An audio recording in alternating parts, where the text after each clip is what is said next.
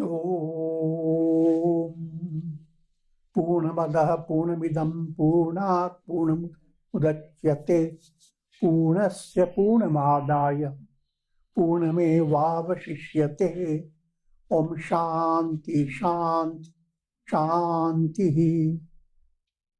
Om Brahmanandam Param Sukhadam Kevalam Jnana Murtim Dvandvatitam Gagana Sadrisham Tattvamasya Laksham Ekam Nityam Vimalamachalam Sarvadhi Sakshi Bhutam Bhavatitam Trigunarahitam Sadgurum Tam Namami. Om. Adorations to Sadguru, who is Brahman, the giver of supreme bliss, embodiment of pure consciousness, one without a second, vast as the ether, infinite, eternal, beyond the three gunas and their modifications, the supreme preceptor. Yoga Vasistha, Vairagya Prakarana, section 18. Lord Rama continues. At this stage, he is the ideal aspirant Rama. And God plays the role of a disciple. His role becomes perfect. He becomes the greatest star. So, therefore, keep that in view. So Rama is giving insight into limitations of physical body and the illusion I am the body and all the miseries that arise on the basis of body identity.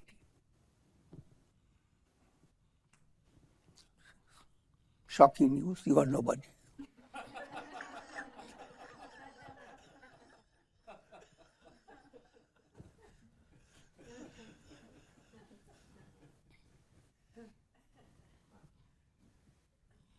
तात्संतरणार्थेन गृहीतायां पुनः पुनः नाविदेहलतायां च कस्य स्यादात्म भावना.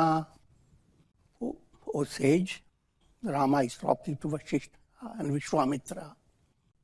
Who will be so dull-witted to consider body as the self? Body works as a boat in the ocean of the world process. And the soul, due to ignorance, uses the body without having the deep insight into how to take the boat, how to row the boat in right direction.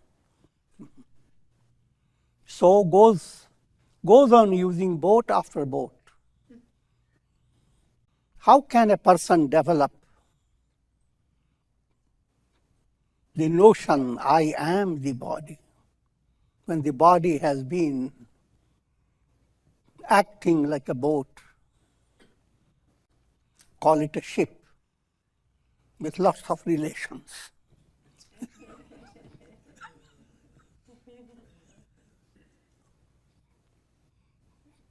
Relationships.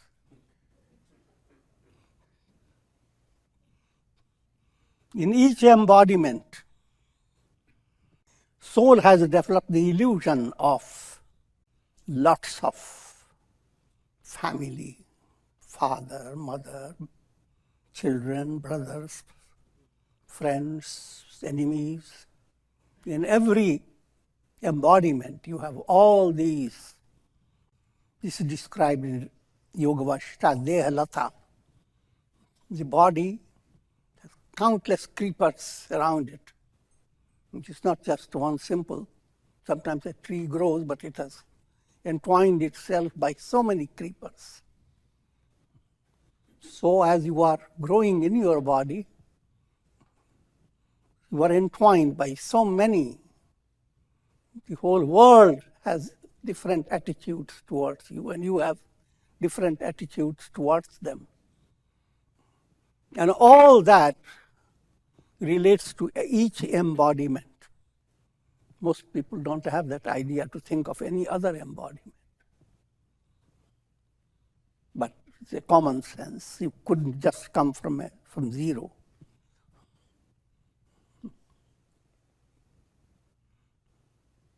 So countless relatives have come and gone. And Rama says, why should I stay with this body? I'm not satisfied. This body is, I'm not fulfilled by it. And the message that you are getting from it is that souls having human embodiment is the greatest privilege for the soul, is the greatest blessing. 3 blessings are the greatest. Manushyatvam, mumukshutvam, mahapurusha samshaya. To be a human being who can use his brain, not just for business, monkey business, but for attaining liberation. As a human being, you attend to 4 purposes of life: ethical value, dharma; material value, artha; vital value, social value called kama; and the ultimate goal, spiritual value, liberation, moksha. All this becomes possible because you are a human being, not a monkey. I'm not underestimating monkey, but monkey can be Hanuman himself.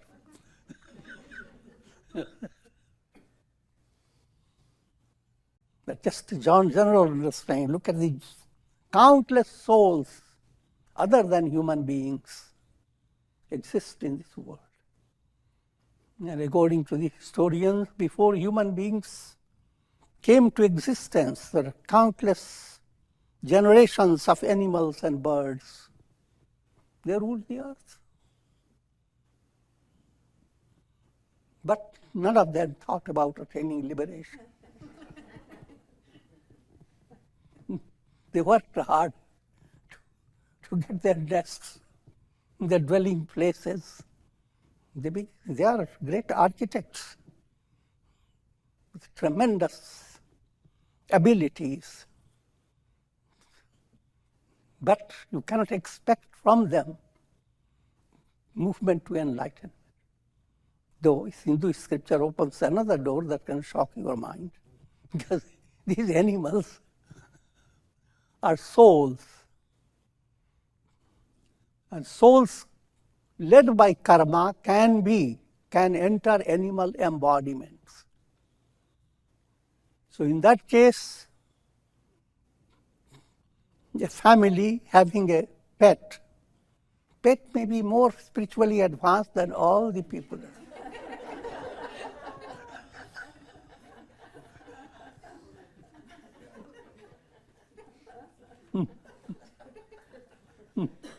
And after death, the pet may attain liberation.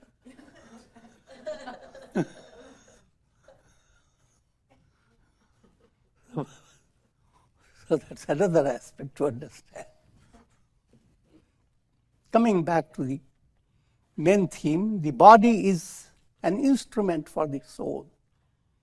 Manushyatvam, to have a human embodiment that allows you to exercise your self-effort, called purushartha.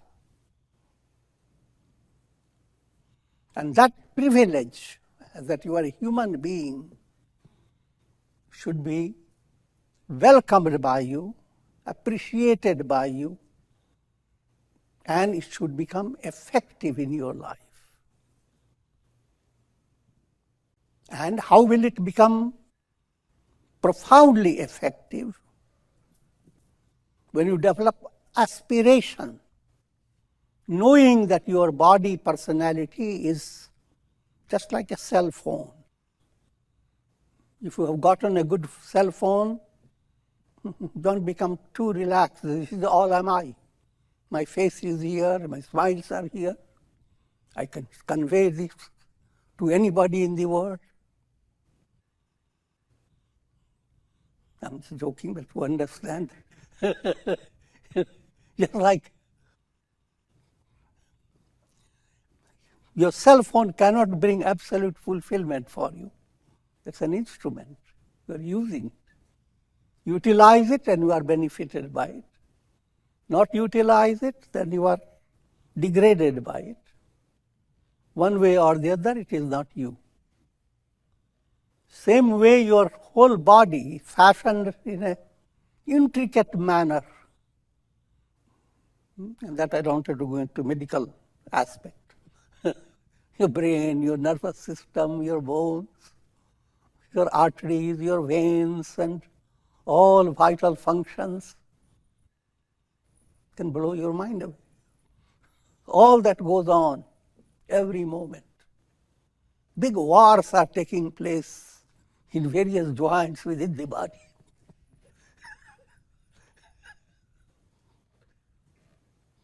Mighty soldiers of cells coming in one area, opposing crowd of cells coming from another direction.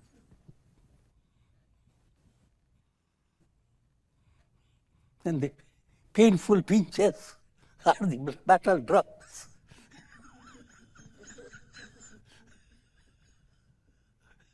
I will not lead you there.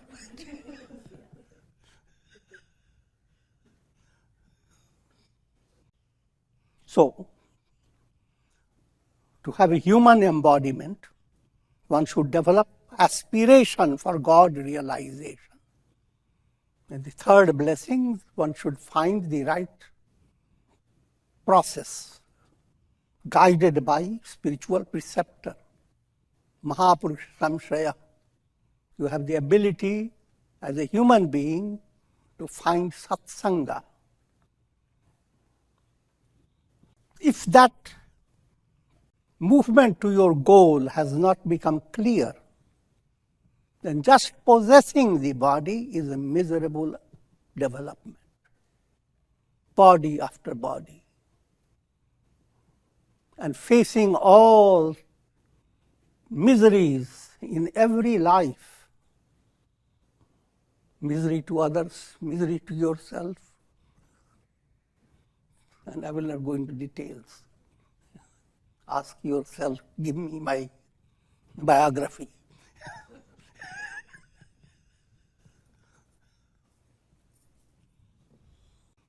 This body consisting of flesh, blood, arteries, veins, bones, marrow, go on thinking of many things else. This body consisting of all this is a kind of empty drum. And I'm living in this.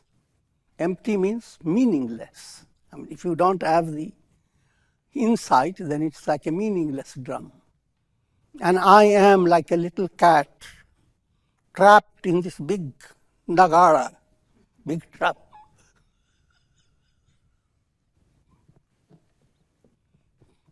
Jumping around and beating the drum, making big sounds. I don't know what to do. Body is like a mighty tree, a banyan type of tree, in the forest of the world process. And I'm leading you to understand the colors and the literature of Yoga Vasistha. Also, as a basis for your own reflection. And this tree in the forest of the world process, mind is the monkey that keeps the tree active from the toes to the head. Decked with blossoms of stress and worries. How is the tree? What does it appear? See, most people, when you look at them, you're looking at a bundle of problems.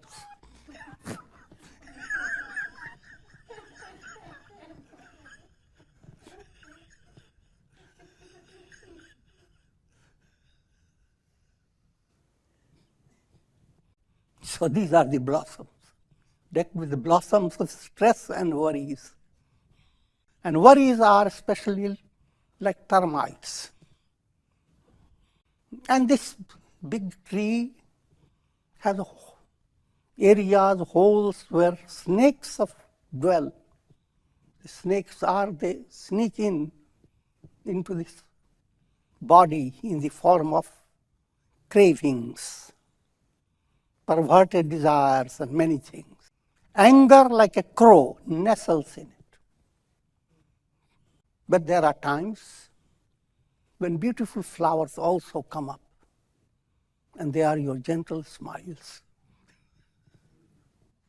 And prana is a gentle breeze, causing delightful sway in this tree.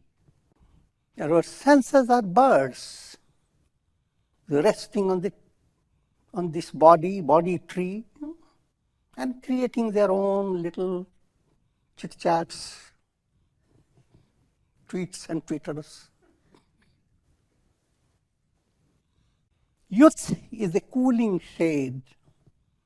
The tree, when it is lush, creating a lot of good shade, that's kind of youthful stage of the body. But doesn't last for a long time. Kama, passion for pleasure, exists in this body as a stranger.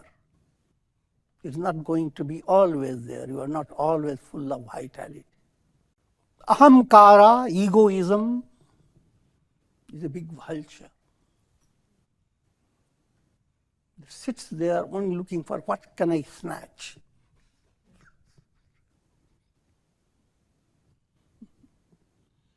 The Sanskrit word for vulture is gridra.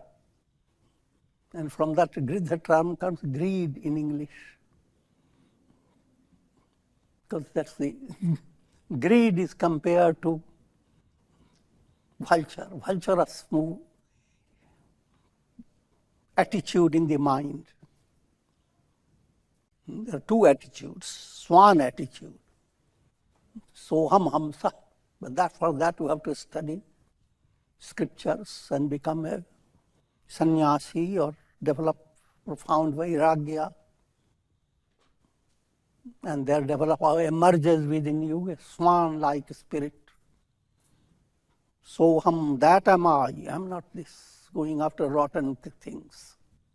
Fly to go into the Himalayan mountains and enjoy a lake. I'm giving you a big allegorical picture. It is difficult to cut down. This tree has many secondary roots that come from the tree. If you cut them down, the secondary root will grow into another tree.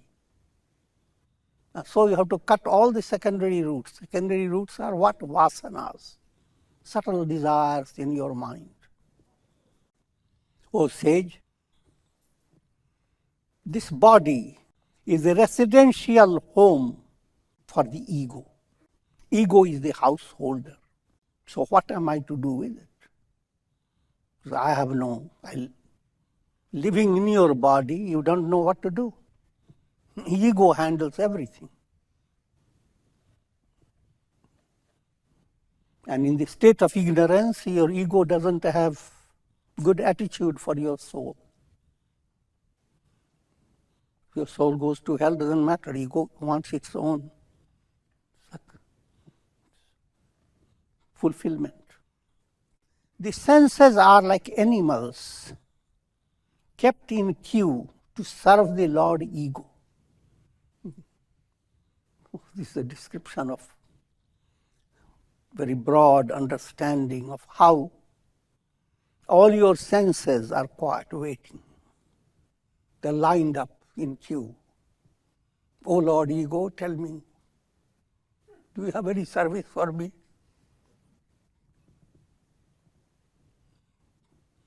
And ego dominates over them.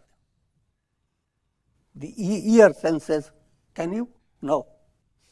Tongue, oh yes.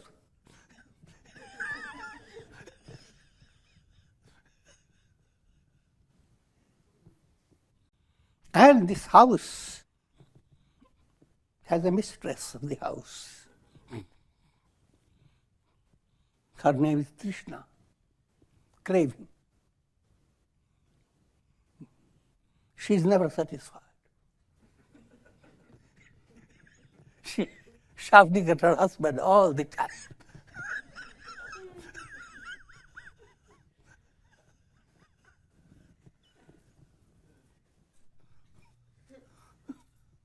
Her ego never relaxes. This spouse of the ego is constantly keeping it agitated. That's Krishna. Craving is keeping the ego restless. And never in harmony with it. No matter your ego does lots of things to fulfill the craving, and the craving is still says, that's it.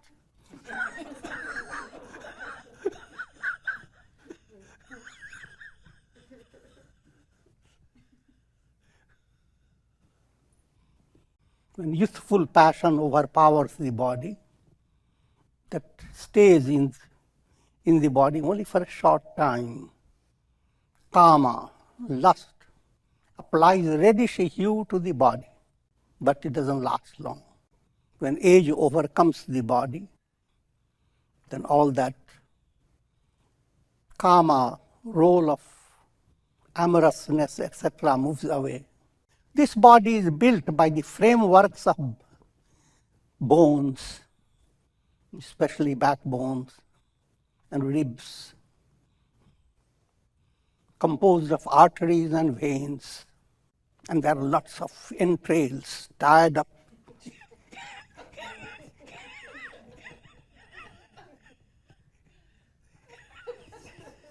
In a strange way, by strange ropes.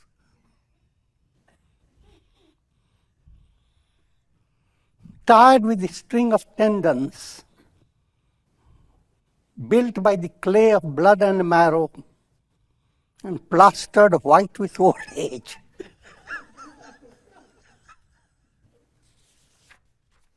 And there is a magical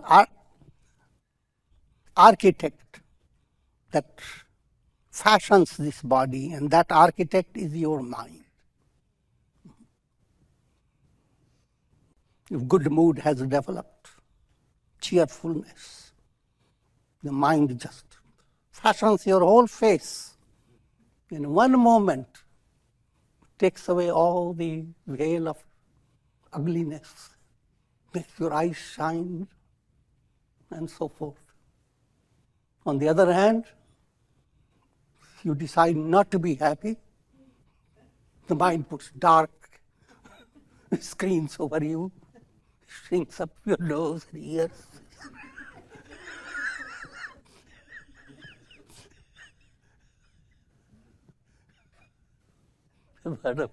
In the stories of Ramayana, Maya Danava created the whole Lanka in a very short time by magic. Magical power of mind. And the senses work as servants for the mind. Ignorance and falsehood are like the foundational support pillars. The bed of pleasures on one side, and misery and its shrieking children on the other side.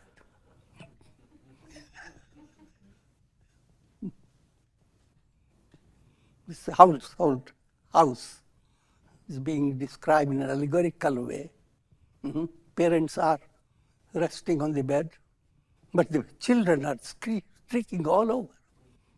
So on one side there is a lot of pleasure, seems like it, apparently. But the other side is a field of chaos. Bottles breaking, teas tumbling down, many things going on.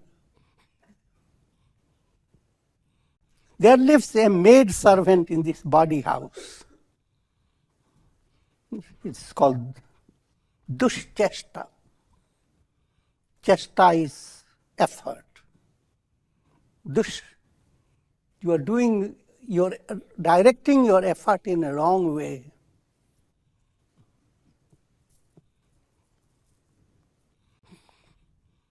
Let me give you a crude illustration. A fly is sitting on your nose, and you smash the fly.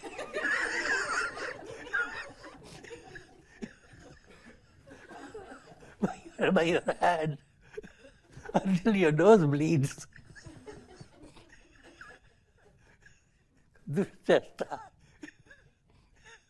a wrong way of handling the problem.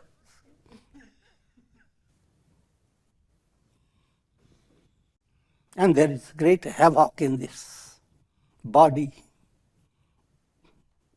house created by the householder mind, rather ego. This body house is filled with vessels of sense pleasure. This is old type house, not very progressive. Because when you have lots of vessels, then you always hear the sound of vessels.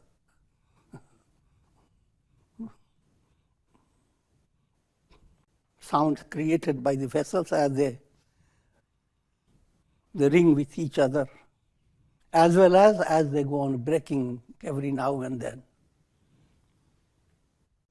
And this body house is not progressive, is not updated. It's in a rusty condition caused by ignorance, avidya. It's like a hovel standing on the two props of our heels. Prajna, the spirit of understanding, abides in this body.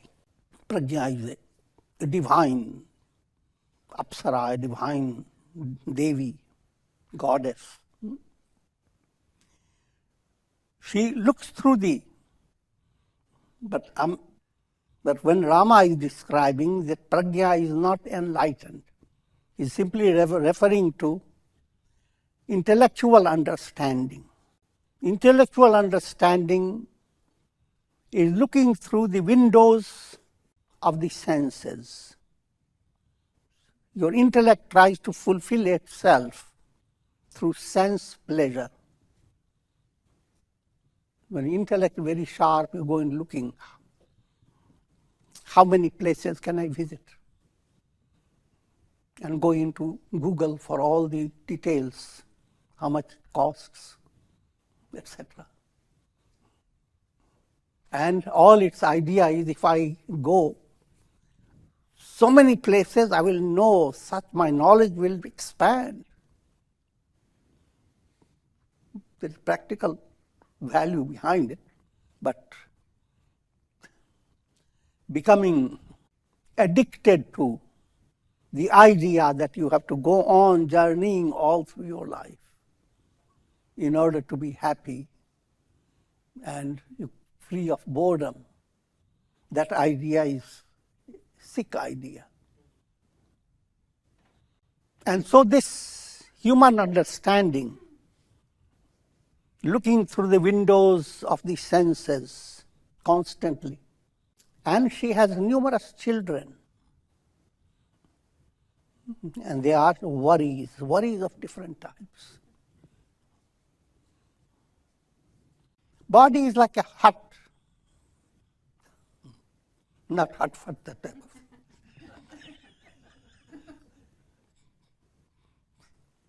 Like a cottage with a thatched roof. With a thatched roof, head with hairs, that's the thatched roof.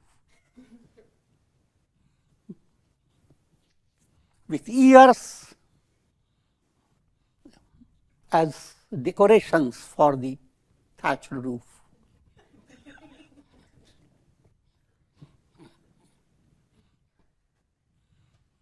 And fingers coming out of this body. They also are like unique decorations. They put together all seem like a wooden framed picture. The whole body is decked with barley sprouts. Hairs. Stomach has a belly button. Its entrails are growing within like dogs. So you get the howling of the dogs when you bilious disorder. At the gate of the mouth, tongue sits like a monkey. Nothing else to do, they play with the teeth.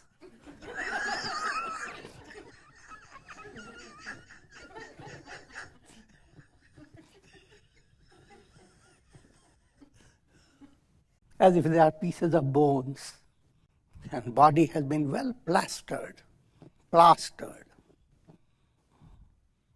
by skin. The beauty of body is skin deep, that's what they mean to say. Every joint is a kind of machinery. The mind rat is burrowing in this body, creating garbage and metabolic functions, throwing off excretions, and so forth. Within a moment, this body lights up with a smile. In a moment, is overcast with darkness. The body is the abode of diseases. And no matter how wonderful face you may be, come in with your body. As you age, wrinkles begin to fill your face. And your hairs are whitewashed. It is like a mansion for letting the kleshas abide. Kleshas are afflictions, sources of misery. The 5 of them: ignorance, egoism, attachment, hatred, fear of death. All these operate, and your body is in that mathematical equation. According to the karmas, your body is maintained in this universal scheme. If your karma is finished, no matter how wonderfully healthy your body might have been, one banana peel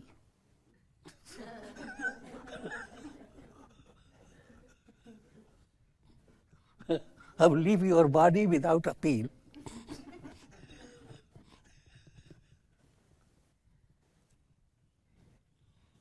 There is no limit to its miserable predicament. If you keep yourself kind of objective, view your own life, how many situations you have crossed over which could have put your life to an end. But miracle, nothing happens. And then one day you simply breathe in and you have got pneumonia, flu.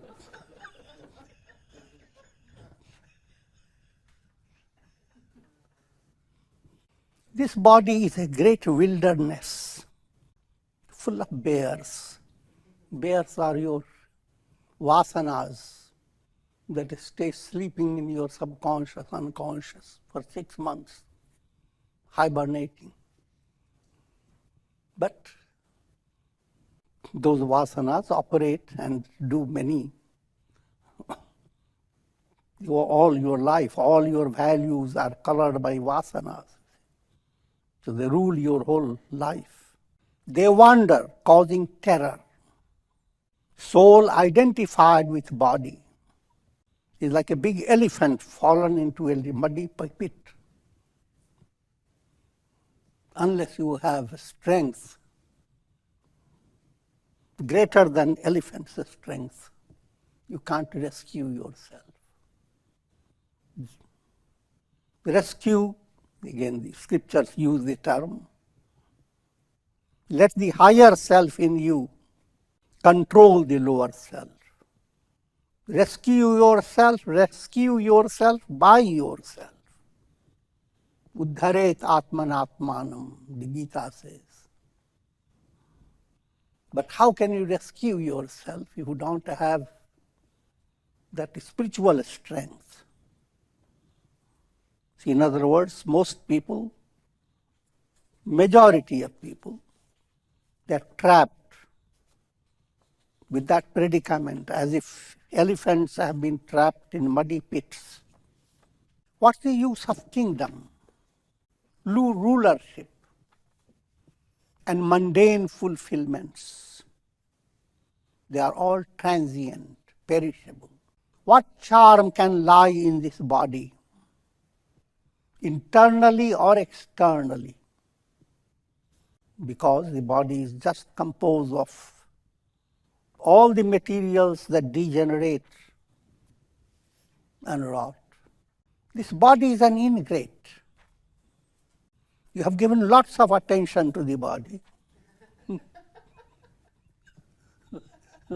But suddenly body decides to create pain in your joints,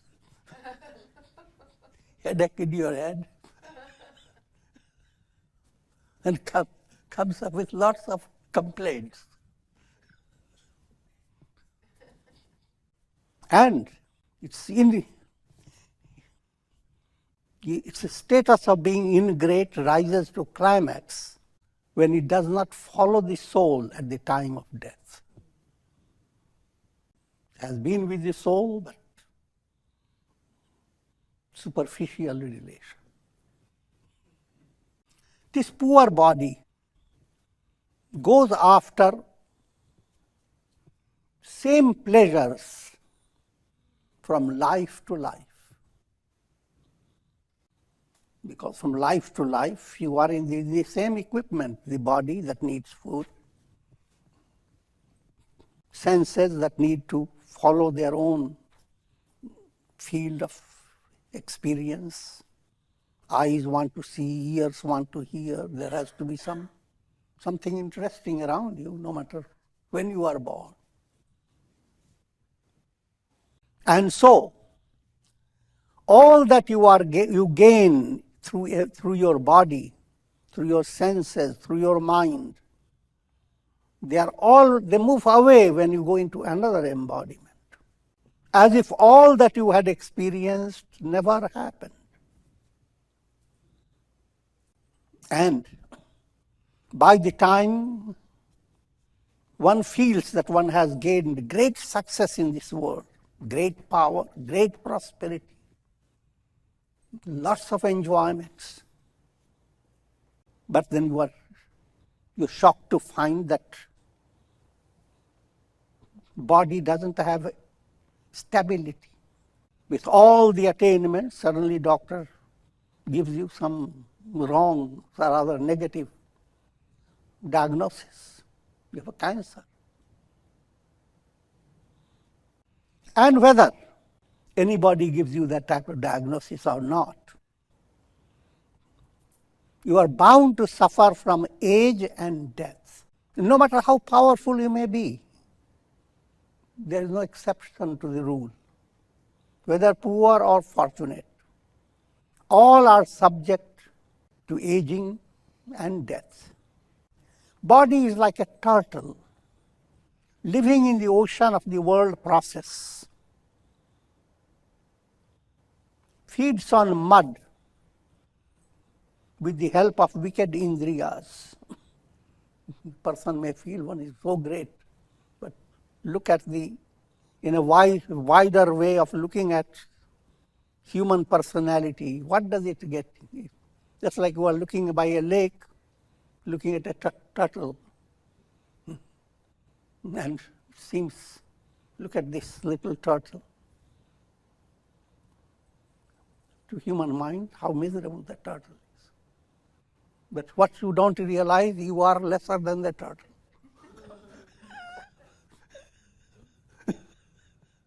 In the context of vast universe, a human being with senses and mind and a little brain and nervous system can imagine. It doesn't have the ability to go to Guru and inquire into Atma, the self. Body is called Deha. Deha dahyate. It's consumed again and again by fire. And it maintains a slow, simmering temperature. However, if one were to allow the body idea to be burnt up by the fire of Tattva-jnana, knowledge of the self, then such a soul is called Nara. The Yoga Vasistha's definition of the term Nara. Nara and Narayana. The soul that that is awakened to its essential nature. In other words, you are not a human being, though you are from practical point of view. But to be a real human being, you should proceed on fulfilling the purposes of your life. Dharma, artha, kama, moksha. You live your life without fulfillment of purpose, life's purpose. Then you are not real human being. You are not real Nara. Just as one is unable to see coming of a storm due to dust in the eyes, the activities of the body deprive one of darshan shakti. In other words, your body has been ignored. There is no balance of the humors within the body. The mind is so affected by your bodily ill humor that through that type of mind you cannot have darshan shakti, the divine way of looking at things. Rajasic and tamasic prakriti, the rajasic and tamasic modes of nature dominate your personality. If that is so, your intellect is unable to go through subtle purification leading to enlightenment. Just as you don't know where did the air come from. A breeze comes in and you don't know where did it come from and where is it going. Become a good journalist, ask it. Oh breeze, stay please.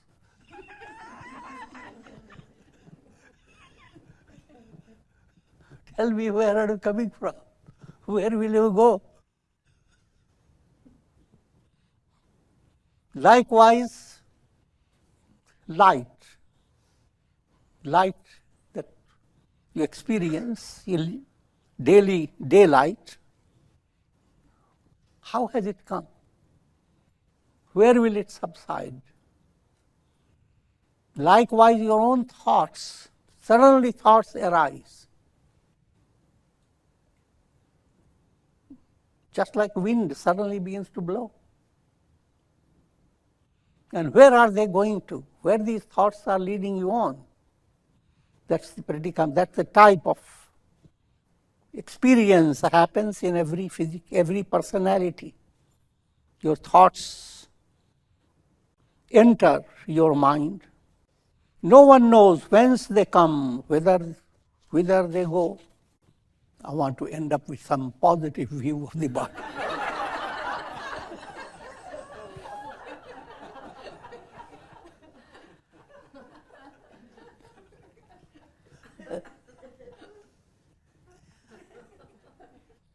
Deho devalayah prokto, jivo devah sadashiva.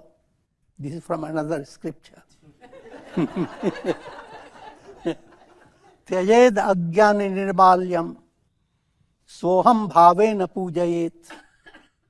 This body is the temple of God, the abode of God. And the Jiva within you is Shiva, Lord Shiva appearing in the form of Jiva. Jiva is Brahman, God. Having shed ignorance, just like you throw away impure flowers from the temple altar. By doing so, one must worship God with the attitude, with the understanding, Soham, I am that. In other words, your body is a divine temple. So instead of going through all the negativity of the body, develop your mind to a positive understanding. Kashi kshetram shariram tribhuvan janani vyapini jnana ganga bhakti shraddha gayeyam niju guru charana dhyana yoga prayaga, and so forth. This is Sri Shankaracharya says, all that exists abides in me with body. Then why should I travel to holy places? My body itself is Kashi Kshetra, is the most sacred place. Wisdom is the sacred Ganges, the mother of the three worlds. Devotion and faith are great pilgrimage centers. Meditation on the feet of Guru is another confluence of three rivers. The Turiya state, the enlightened state, is the Lord of the universe. Within your body, you realize the soul is the absolute self. Since all these abide in me, what need have I to travel to find God in other places? Your body is the basis for realizing God in brief. So with this I'm going to conclude. Om Purnamadaha Purnamidam Purnat Purnamudachyate Purnasya Purnamadaya Purnameva Vashishyate. Om Shanti Shanti Shanti.